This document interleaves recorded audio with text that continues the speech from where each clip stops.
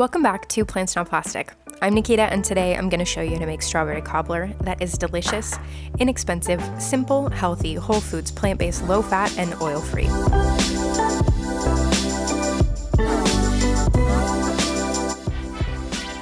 I landed on this strawberry cobbler recipe through a journey similar to my blueberry muffins.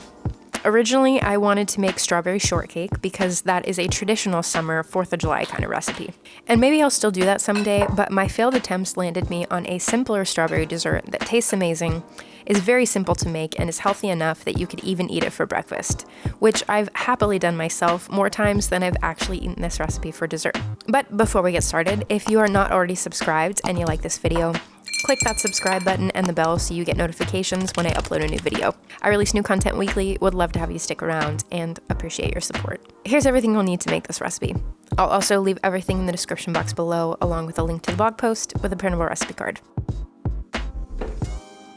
You'll start by washing your strawberries and then hulling them by removing the stem from each. I do an extra step here by pulling off the leaves first and then using a paring knife to get the rest out, which isn't necessary, you can do this all in one, but I find you remove less of the good part of the strawberry this way rather than fidgeting around with the leaves while trying to manage your knife. You can also eat strawberry greens rather than wasting them by throwing them into something like a smoothie. Once they're destemmed, slice them up before throwing them into a pan with cornstarch, lemon juice, vanilla extract, and optional sugar and salt. You can preheat your oven to 400 degrees Fahrenheit now before cooking the strawberries down over a medium heat until the cornstarch has thickened, the strawberries have broken down and smell sugary and sweet rather than whole and fresh, and you start to get some thick caramelization from the sugar on the sides and bottom of the pan. This should take about 5 minutes or so. In the meantime, mix up your batter by combining your dry ingredients first before adding the wet. I normally do a heavier ratio of oat flour to oats because I like the texture, but you can play with it to your preference, and the recipe is really forgiving, so it's great however you choose,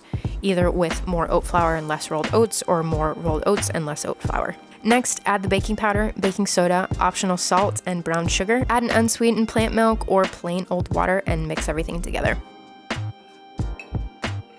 To construct your cobbler, you can use a variety of dishes. An 8x8 or 9x9 inch square baking pan, a pie dish, or even ramekins for single serving sizes will all work great. Pour the strawberry compote you've made into the base of your baking dish before adding spoonfuls of your batter over the top in whatever kind of uneven fashion you'd like. Again, very forgiving, and it does not need to look pretty. Then we're ready to throw it in the oven for 30 minutes to cook. So just for fun, and I guess to show you how much I really love this recipe, I decided to make a second batch with a higher ratio of rolled oats to oat flour and put them into ramekins instead. My one recommendation if you are putting this cobbler in single serving dishes is to put those dishes into something that will catch any spillage, because they will spill and make a mess in your oven. Once the 30-minute timer has gone off and we've let them cool down just enough to eat, we can dig in for a taste test.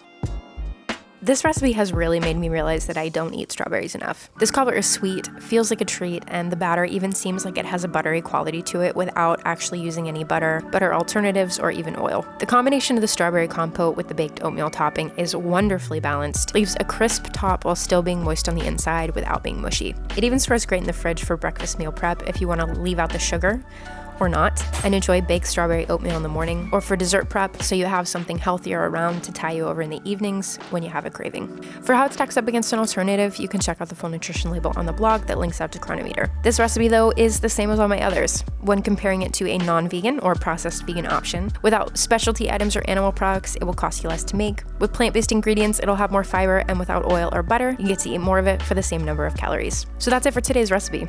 If you try it out, let me know in the comments. You can also subscribe to my blog for recipes right to your inbox, and connect with me on social media for day-to-day content. And as always, if there is a recipe that you would like for me to make, let me know that in the comments as well. I'm always looking for new ideas and would love to make something that you are looking for. Really. If you've got an idea, let me know. And don't forget to subscribe, click the bell, give this video a thumbs up, and come back next time. Bye.